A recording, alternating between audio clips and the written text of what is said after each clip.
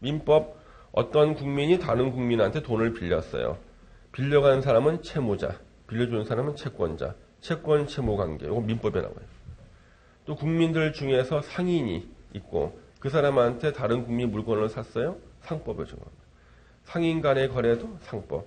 다 국민과 국민 사이에 요 평등한 법률 관계가 나오거든요. 다 우리가 사법의 분야입니다. 근데 공법은 평등하지가 않아요. 국가와 국민의 불평등한 관계입니다. 이렇게요. 그래서 이게 우리가 공부할 부동산 공법인데, 그러면 부동산 공법에 해당되는 법률이요 굉장히 많아요. 매년 새로 만들어지고 또 폐지되는 법도 있습니다만은 올해는 통계 안 나왔어요. 작년 연말 통계가 118개나 돼요. 118개 법률입니다.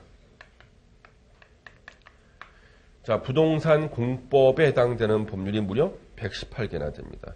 근데 이 중에서 이걸 다 공부할 수는 없으니까 6개의 법률을 뽑았어요.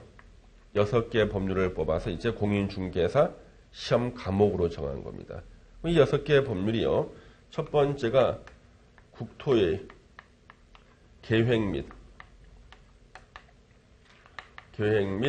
이용에 관한 법률이라고 있어요.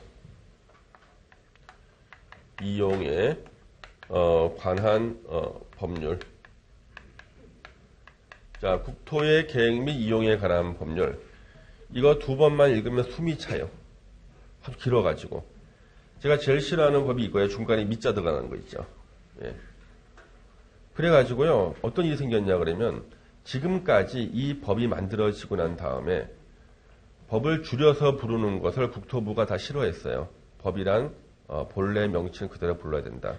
국토의 계획 및 이용에 관한 법률. 그러다가 2년 전부터요. 이것을 약어로 쓰기 시작한 거예요. 이제는 약어로 국토계획법이라고 줄여서 불러요. 국토계획법. 그러면 국토계획법이라는 말을 안 쓰고 원래 법 제목이 아무리 길어도 이걸 국토부가요 10년간 쓴 거예요. 그러다 왜 최근에 들어서 2년 전부터 이거 약어를 쓰냐 그러면 국토부에요 질의가 들어오는 거예요. 질의가 전해가지고 저 국토의 계획 및 이용에 관한 법률 담당자 좀 바꿔주세요. 바꿔준 겁니다. 저 질의가 있는데요. 예, 어떤 내용입니까? 국토의 계획 및 이용에 관한 법률 제 몇 조가 어떻게 됐는지 어떻게 적용되는지 궁금합니다. 아 그래요? 그럼 국토의 계획 및 이용에 관한 법률 제 몇 조가 두 사람이 서로 얘기를 주고받는데요. 한 두세 번 이렇게 말을 섞고 나면은 둘 다 숨이 찬 거예요 이제. 예, 그렇지 않습니까 이게? 그래가지고 결국 10년을 버티다가 국토부가요 2년 전부터 바꿨어요. 약어로 국토계획법이라고 한다. 앞으로 제가 국토계획법에 부를 겁니다. 요 법이 이제 우리 부동산 공법의 기본법이에요. 기본법. 왜 기본법 그러냐 그러면요. 처음 만들 때 이 법을 모르면 나머지 117개의 법률을 읽을 수가 없는 구조로 체계를 만들어 놨어요. 그래서 국토의 계획 및 이용에 관한 법률을 다 공부를 해야지만 나머지 117개의 법률을 읽을 수가 있습니다. 그래서 가장 중요하고 가장 자주 쓰이는 용어, 예? 이런 것들은 다 국토계획법에 나와요. 건폐율이니 용적률이니 하여튼 용도, 지역, 지구, 구역 가장 기본적이고 중요하고 자주 쓰이는 내용들은 다 국토계획법에 나오고 나머지 117개의 법률은요. 이 법을 읽는 사람이 국토계획법을 다 마스터했다는 것을 전제하에 법을 만들어 놨어요.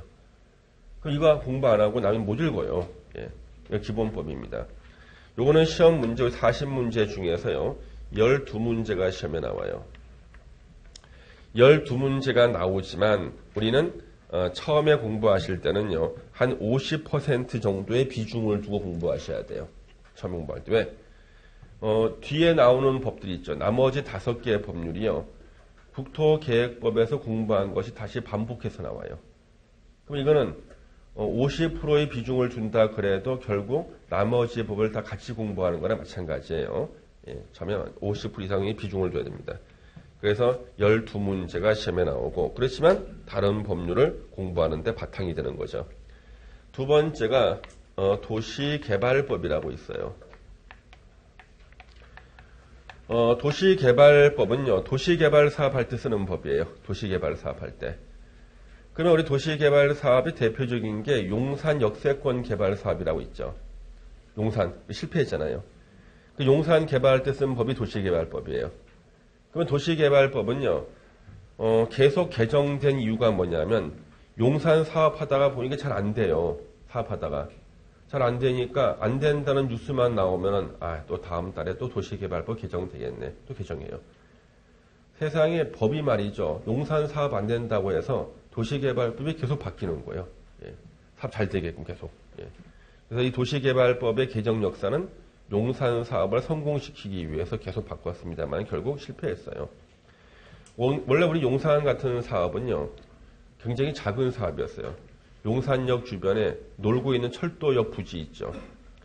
철도가 지나가는 그 땅 주변에 딱 놀고 있는 거예요. 그러면 용산역사 주변에 철도 부지를 좀 개발하자. 거기다가 빈 땅에다가 빌딩 좀 짓고 이렇게 하려는 사업이었는데 갑자기 이제 그 오세훈 시장이 옆에 있는 그 서부 이촌동까지 포함시켜가지고 좀 크게 하고 싶은 거 사업을.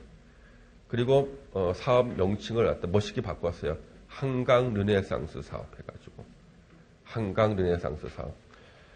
왜냐하면은 청계천 조그맣잖아요. 청계천. 그 폭도 좁은 청계천을 갖다가 개발해서 물을 흐르게 하는 사람이 대통령이 돼요. 야, 그러면 한강을 개발해가지고, 예? 이걸 잘만 하면은 뭐 따놓은 당상 아니겠습니까? 그래서 원래 그 한강 르네상스 사업이요, 계획이 용산에다가, 이제 선착장을 만드는 거예요. 거기서 배를 타고 바로 중국까지 가는 겁니다. 그래서 용산에 딱 가면은, 이제 갈래길이 있어요. 일로 가면은 용산역 지하철 타는데, 이거는 KTX 타는데, 이 KTX도 대륙 횡단을 만들려는 거예요. 대륙 횡단. 그래서 북한을 지나가가지고 러시아 지나서 유럽까지 가는 거, 횡단 들고. 그 다음에, 이 강 쪽으로 싹 걸어가면은 이제 여객선이 딱 대기하고 있는 거죠. 타면은 바로, 중국까지 가는. 이게 바로 한강 르네상스 사업인데 실패했습니다. 실패. 그래서 저보고 예전에 제가 가르쳤던 우리 학생이 용산에서 부동산업을 하고 계시는데 선생님, 이 지분 하나 사시죠. 이거 사면 용산은 진짜 성공합니다. 그래서 용산은 실패할 거야. 그랬더니 성공하신다니까 이거 사시라고. 그거 샀으면 저 지금 거지 됐을 거예요. 예, 거지 됐을 겁니다. 예. 그래서 대개 그 제자들 믿다가 거지 된 사람들 많아요. 예, 많습니다. 그래서 제자들 믿으면 안 돼요. 예, 제자들. 이 도시개발법. 그래서 이 도시개발법의 대표적인 적용이 용산이었단 말이에요. 근데 도시개발법은 시험에 6문제가 나오는데 문제가 전반적으로 어려워요. 어렵게 문제가 나옵니다. 왜 어렵냐 그러면 우리 출제하시는 교수님들이 가장 자신 있는 법이 도시개발법이에요. 이걸 제일 잘 아세요. 도시개발법을. 왜냐하면 이 교수님들은 용역을 받으셔야 돼요. 월급은 사모님 통장으로 다 자동 이체가 됩니다. 그러면 이 용돈은 용역을 받아야 돼요. 컨설팅 용역을 받아서 생계를 유지하셔야 되는데 비자금을 조성하셔야 되는데 그러기 위해서는요. 가장 컨설팅 용역이 많은 것이 도시개발사업 용역이에요. 그래서 생계를 위해서 도시개발법에 매진하시다 보니까 너무나 깊이 있게 공부를 하셨고 그러다 보니까 깊이 있게 출제하고 싶은 충동을 느끼는 겁니다. 문제가 어려워요. 도시개발법이. 근데 올해만 좀 쉽게 나왔어요. 전반적으로 다 어렵습니다. 도시개발법이요. 그리고 우리 공인중개사한테는 가장 필요 없는 법이 이 법이에요.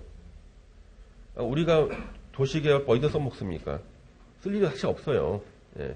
근데 시험 과목에 들어간 것은 우리 출제위원들께서 자신 있는 과목이라서 시험에 넣어놓고. 세 번째가요. 도시 및 주거환경정비법이라고 있어요. 도시 및 주거환경정비법은요. 요거 우리 재개발, 재건축할 때 쓰는 법이거든요. 재개발, 재건축 있죠. 지금 6문제가 나옵니다. 이거는 전반적으로 문제가 좀 쉽게 나옵니다.